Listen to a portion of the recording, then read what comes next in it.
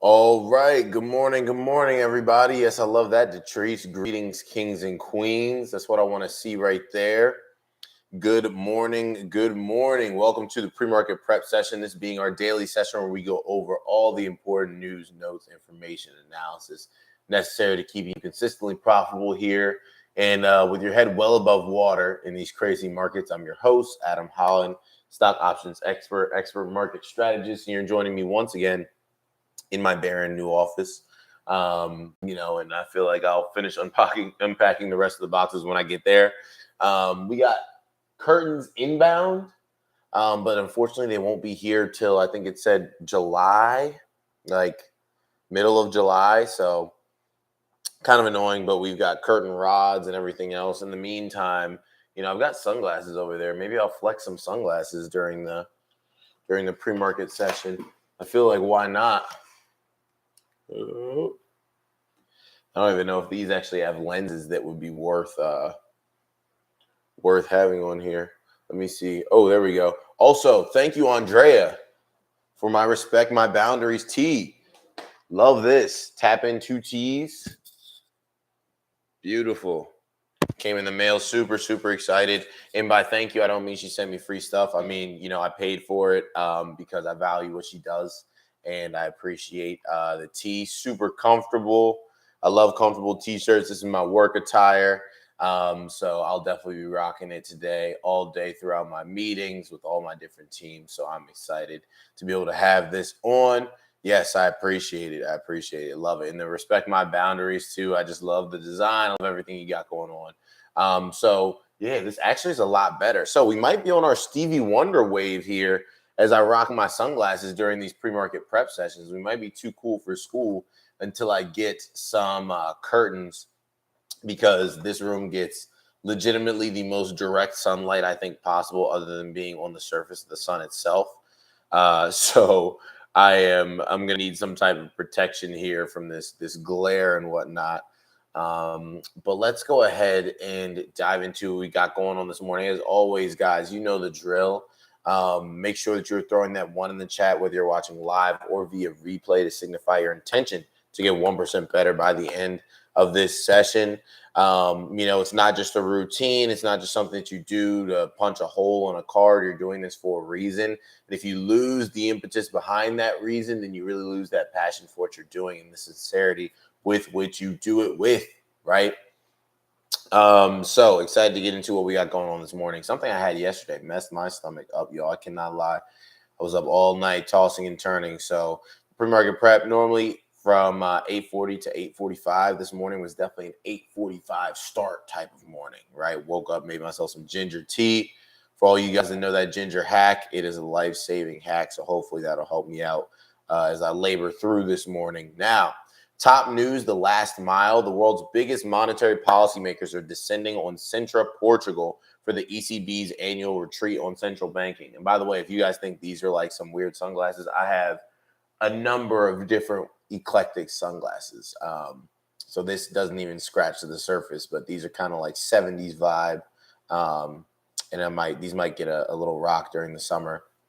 But let's see here. So the conference brings together bank governors, academics, financial market officials, and others to exchange views on current policy issues. This year's forum is entitled Macroeconomic Stabilization in a Volatile Inflation Environment. And we will discuss how to get price pressures back to target amid a fragmenting global economy, rapid changes in energy markets, and Russia's war in Ukraine. So, price stability speeches from central bank chiefs from the US, Europe, the UK, and Japan will be closely watched, especially after Fed Chair Jay Powell reiterated that more rate hikes are expected this year. While inflation has been coming down in the U.S., it still remains elevated above the Fed's 2% target, with tech stocks and interest rate-sensitive sectors coming under some pressure since his testimony to Congress last week.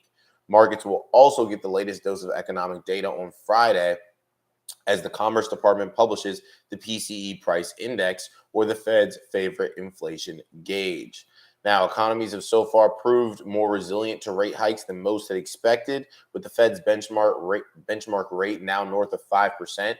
There are several explanations for the phenomenon, ranging from pandemic-era forces and tight labor markets to wage gains and consumer spending. It also takes time for higher rates to filter through the economy, with many economists still anticipating a recession over the next 6 to 18 months if central banks extend their hiking cycles, which it looks like Powell is saying that he's going to do. And we already have central banks in other countries that hiked the last week and this week, and that caused turbulence overnight. So the yield curve between the 2-year Treasury and the 10-year has even widened by more than 100 basis points, marking the greatest disparity between the two instruments since late 1981. So what to watch, the Bank for International Settlements, popularly known as the central bank of central banks. I love how the central bank system is ongoing. It's just like a beehive of banks and financial institutions. Like there's just our central bank is the bank of banks, and then there's the bank of all central banks, and who sits at the top? I don't know, the Rothschilds, who knows? But let's see here. So the Bank for International Settlements, popularly known as the central bank of central banks, has recently warned that the final stretch of monetary tightening is likely to be the toughest. Quote, the easy gains have now been reaped and the last mile is going to be more difficult, said Claudio Borio, head of BIS's Monetary and Economic Department. I wouldn't be surprised if there were more surprises. So far, equities have shrugged off the notion of an entrenched inflation problem, with the benchmark S&P 500 index up more than 13% year to date, though the vast majority of the gains have been led by a recovery in mega cap tech stocks in the AI craze. Will the rally continue, broaden, or fizzle in the second half of 2023? I don't think there could have been a more perfect segue that they had at the end of that. Considering the fact that, does anybody remember what time frame chart? And this is a question you can answer in the chat. Does anybody remember what time frame chart we were really paying a lot of attention to at the beginning of June that we said we'd have to keep an eye on by the end of June? Does anybody remember? There's, the hourly chart, there's the daily chart. Does anybody remember what time frame chart we said we really had to pay attention? Vivian says monthly. Andrea says monthly. Alicia says monthly. There we go. Any more answers? Or you guys spectators? You want to be in the game, or you on the sidelines? Monthly is in fact correct. The monthly chart is what we were watching. And the monthly chart, as we approach the end of June, is what we have to check back in on. Tiffany, I love it. Everybody else who's watching, even though you already know the answer, throw monthly in there to make sure that you hammer it home into the foundation of your, frontal lobe here. Make sure you're throwing monthly in here as well, because I want to make sure that everyone understands that that's what we're paying attention to. So when we talk about this selling that has ensued over the course of the past number of days, and then us finally breaking that daily bounce zone yesterday, that starts to paint a picture, right? And a picture that cannot be ignored, and that is very, very important to make sure that we keep in the forefront of our minds, right? When we talk about how the market is run and how the market is pushed, again, it's off the back of a few names, just like it was at the beginning of 2022, right? When we're reaching new all-time highs, it's off the back of a few names. What happens when those few names stop running, right?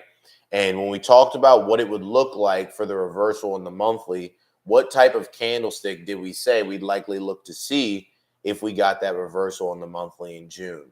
And that's what caused us to not short at the beginning of June. What type of candlestick, specific shape, what type of candlestick were we anticipating we might get in June in order to indicate that we could get that reversal? Does anybody remember that?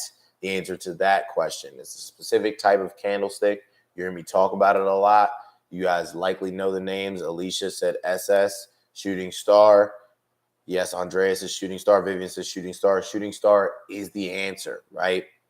That is the candlestick that we were paying attention to. So when we first hit that monthly, line in the sand for the potential monthly bear flag on QQQ, on SPY, right? There was a reason why we didn't short right there. And it was because, well, if we end up reversing, we'd likely put in an exhaustion candle, which means what? We would push higher above that level and then see where we finish by the end of the month. If you check the 10-year monthly chart on SPY, what type of candle does it look like we're putting in as we head into the end of the month? If you check the 10-year monthly candle on QQQ, what type of candle does it look like we're putting in here toward the end of the month? Now, does that guarantee that we end up putting that candle in? No, but I don't think it's coincidence, right? I don't believe in coincidence. I believe in coalescence of factors, right, that point toward an outcome with more and more supporting evidence. And that's exactly what it looks like we're getting here as we start to see these pops, these pushes all get just uninhibited selling, right? When we see, and it's not been a beat down, right? It's been a struggle, but you're starting to see the weakness materialize, especially in tech, because that has been the strongest. It's been holding everything up. So I think that these next few days will be super, super, super important. Again, we are not bulls, we are not bears, we are kangaroos, right? We play what pays until it doesn't pay anymore, and then we shift. And what we are experiencing this week, right, and last week was likely the beginning of that shift to put in that monthly shooting star, right? And if that is the case, then, and we do put in that candlestick, then this looks like a prime opportunity to go long for long swing puts in preparation for the downside. We talk about this idea of recession and how this is a possibility. Everybody talking about recession at the end of 2023. What did we say would have to happen for that to go on, right? That this bear flag line in the sand on the monthly, on SPY, on QQQ would have to remain intact, right? We have to top out at that line in the sand. And if we put in a shooting star there, that is the overwhelming sign to go short on equities, to go short on the market. I'm no respecter of person, right? I don't care if the market goes up, if the market goes down. What I do care is where I'm positioned, right? So you want to make sure that you're positioned accordingly. And these next few days will show us exactly where we need to be positioned. And that is something to be excited about because, again, all market movement can pay you, right? But when we talk about how we started the beginning of this month and now this month has seemed really long, how we've progressed through it and where we're at the end of it, very, very important to keep an eye out in the coming days because, again, for QQQ, 349.71, right, is that line in the sand for them on the monthly. For SPY, that line in the sand is 429.61. So two very important levels. SPY is not very far from that 429.61. And, it's been a battle, right? Battle. It hasn't been like it's been consistent selling. We've popped overnight and then sold, right? Some days we pop and we hold the pop, but it hasn't been like selling that is uninhibited. The buyers have been fighting back. It just has not been enough because there are just so many sellers in this area. And does that mean that we see a flush eventually? We can for sure. But as of right now, it's been kind of like a little bleed down, like just a few points every day, a few points every day, a few points every day. And then we start to see this flurry of economic data. Maybe PCE data comes in worse than expected, right? There are a number of different things that could be a news catalyst behind what is already setting up with the charts technically. So as we progress toward the end of this month, right? How many months is this? A 31-day month? I never know. I never took the time to remember. June, 30 days, right? So by Friday, we will have our answer, and that will make things very, very clear, as well as super important to pay attention to how we finish on Friday, right? So the 30th, everybody put a 30 in the chat. That makes sense if you're registering. Could you repeat the target for QQQ? I'm gonna make a video about this, of course, in the Facebook group as well. But the overall, it's just the bear flag, the monthly bear flag that we have on the Qs. So if you use your custom fib tool, that will show you the level. But it's 349.71. So 349.71. You want to have that area marked off. That's that line in the sand for the monthly bear flag. You also want to have SPY's level marked off as well, which is 429.61. And of course, I'll do a video on that for you guys, a Loom video as well. But yes, I see the 30s. All right, cool. So we're all on the same page. We got to get our game plan together, guys. We're warriors. We go into war each and every morning together. And this is part of it, right? Being able to pivot, being able to move with things. And I would absolutely love another large leg down to just capitalize off of. I miss big selling days where we just get fat red and it's just uninhibited selling. I miss the paychecks from big selling days. Big buying days have big paychecks too, right? Just as soon as last Friday, Meta bringing home big bags for us. But those big selling days, there's quite like nothing. There's really quite nothing like it. And also, this gives opportunity for everybody who might have missed whatever happens, right? every dip is just a huge opportunity, not just to make money to the downside, but of course, if you miss positioning in things like Nvidia, who's run for the AI craze, this is your chance, right? So there's a silver lining in literally everything that happens. So just make sure that you are focusing on that silver lining and also executing in a way that allows you to take advantage of that opportunity, right, guys? So in terms of infrastructure news here, staying connected, President Biden has announced details of a $42 billion federal investment in expanding internet access for Americans, kicking off a new leg of a tour promoting the benefits of a 2021 bipartisan infrastructure package. We're going to be able to connect every person in America to reliable high-speed internet by 2030, he declared. The money will be released in stages and should provide additional incentives to big broadband providers like Comcast, Charter, and AT&T, Verizon, and T-Mobile. All 50 states and some U.S. territories are due to receive funding, but one state clearly received more than the rest. The link and find out. But I think it's important, right? Those tickers will likely see some type of pop because of this news. Doesn't mean that they're going to run, no. But overall, $42 billion in investment in expanding internet access, you're going to see those tickers see some type of ramification in terms of price action. But I don't really trade AT&T often, or Verizon, or T-Mobile.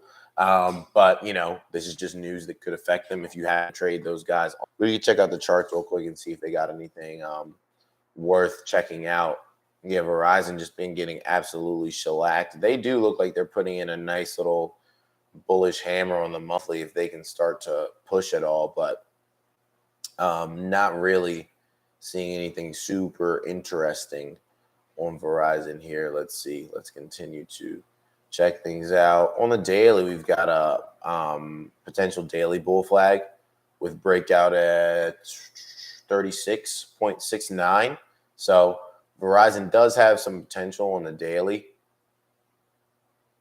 Looks like here trying to find some strength. It was strong yesterday, so that's likely when the news broke, because if Verizon was pushing like this yesterday while everything else was getting beaten down, pretty impressive. So this news probably likely dropped yesterday, and is just getting reported in the pre-market prep session here today. But Verizon, something to keep an eye on. If things turn bearish, I want you to be in bearish trades, but you don't just want to, kind of put your head in the sand. If there's opportunity, there's opportunity. So I'll go ahead and mark off that daily level, as well as put in a little alert for Verizon breaking above that daily bull flag breakout at 36.39. Boom. Awesome. And then AT&T were interesting either. Yeah, same kind of deal. I mean, just circling around monthly lows, trying to put in some type of hammer, trying to make something shake. Verizon in a much better spot than AT&T in terms of the technicals, right, with the charts and what they have going on. AT&T a lot weaker. So I have really no interest in AT&T on the daily as of yet. They actually had I actually had a daily double top. They fired with breakout at 1568, and it looks like they are retracing. They retraced that area the past few sessions, and they're kind of hanging around it. So I am bearish on AT&T beneath 1568. So their ticker T. If I'm doing anything, it would likely be puts on AT&T, probably 2 weeks out. And then hopefully, since it's been kind of hanging around this area, now that it got the full retracement two sessions ago, and it got that positive news yesterday, if it can remain beneath that 1568, then it can remain bearish. But it is coming off the back of positive news, so if Verizon starts to push, AT&T might ride the coattails as well. So that's it for the news and connectivity, right, and internet. Everybody throw 7 in the chat if that makes sense. And for anybody wondering why I got the shades on, it's not because, although my future is bright, that's not the reason. That's not the joke that I make. It's because the sunlight that's coming through here. And also I had on a hoodie before this, but sitting in the sun caused me to take the hoodie off. So that's back there sitting on the ground behind me. I literally just took it off and threw it up behind me. But let me see. So, media news: Disney versus DeSantis. Florida Governor Ron DeSantis is seeking to dismiss Disney's lawsuit alleging targeted retaliation against the entertainment giant, arguing that he has legislative immunity and the company lacks standing to sue him. The suit accused DeSantis of launching a political effort against the company, which included a crackdown on its special taxing districts in response to Disney's stance surrounding the state's so-called "Don't Say Gay" law.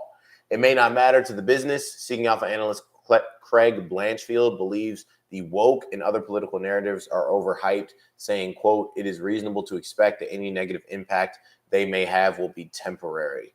So just an update in the ongoing saga here in DeSantis versus Disney. It's been a battle. It will continue to be a battle.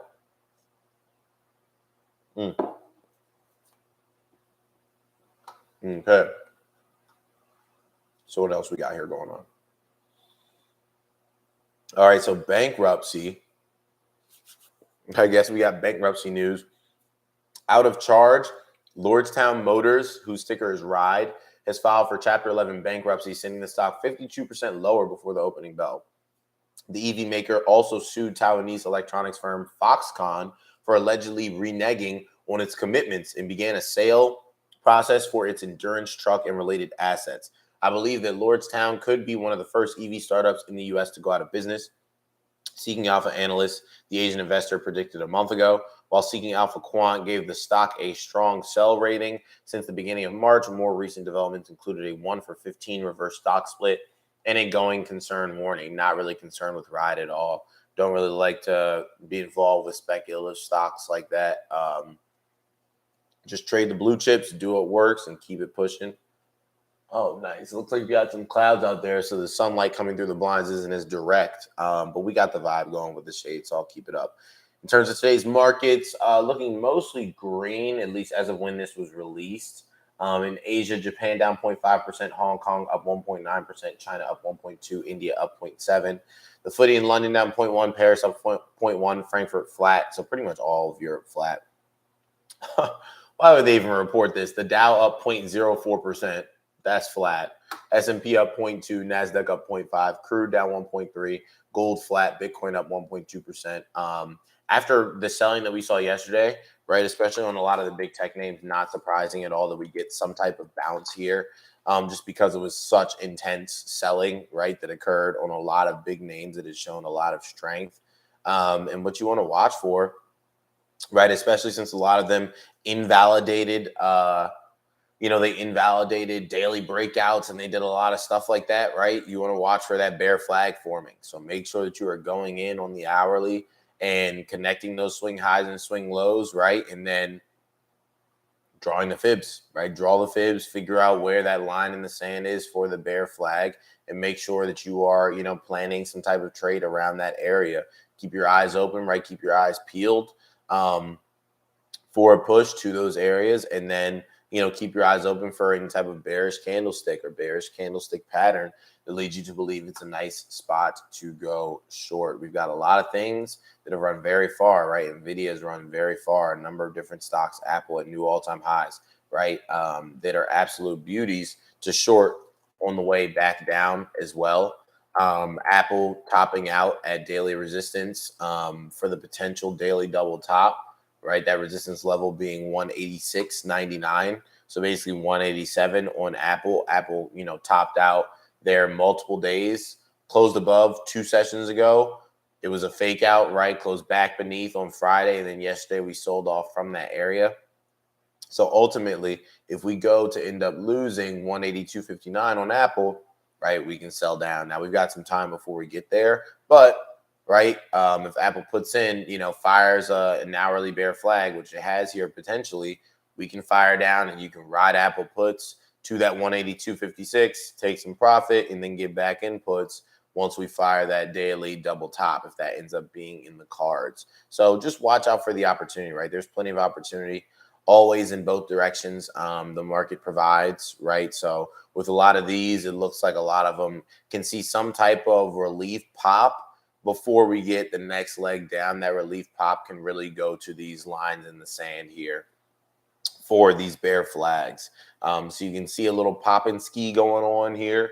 But if we end up popping right to the line in the sand for these bear flags, then we need to make sure that he got that NWA look.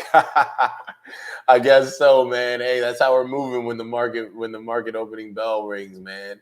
We got attitude, right? We need to maybe TWA, traders with attitude. Let's see here. In terms of today's economic calendar, though, because we're getting closer and closer to that opening bell, we got durable goods at 8:30 a.m.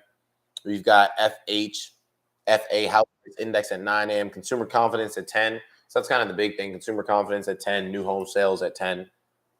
And those are really the only important things on the economic calendar for today. I think, is Powell speaking at 9:30 today? I'm pretty sure he is. Pretty sure we talked about that yesterday. Let me double check. Let's see. No, that's Wednesday. Today is Tuesday. I'm pretty sure. Yes. You guys know how it is. You just get lost in the sauce after a bit. So we don't have Powell till tomorrow, but we will get Powell on tomorrow. So we can make sure you set your alarm clocks for that. That's right at market open as well. In terms of what else is happening here, we'll finish up with our rapid fire bullet point rundown. Survey results prepare portfolios for a deepening of the war in Ukraine. Meta launches VR subscription offering at $8 per month.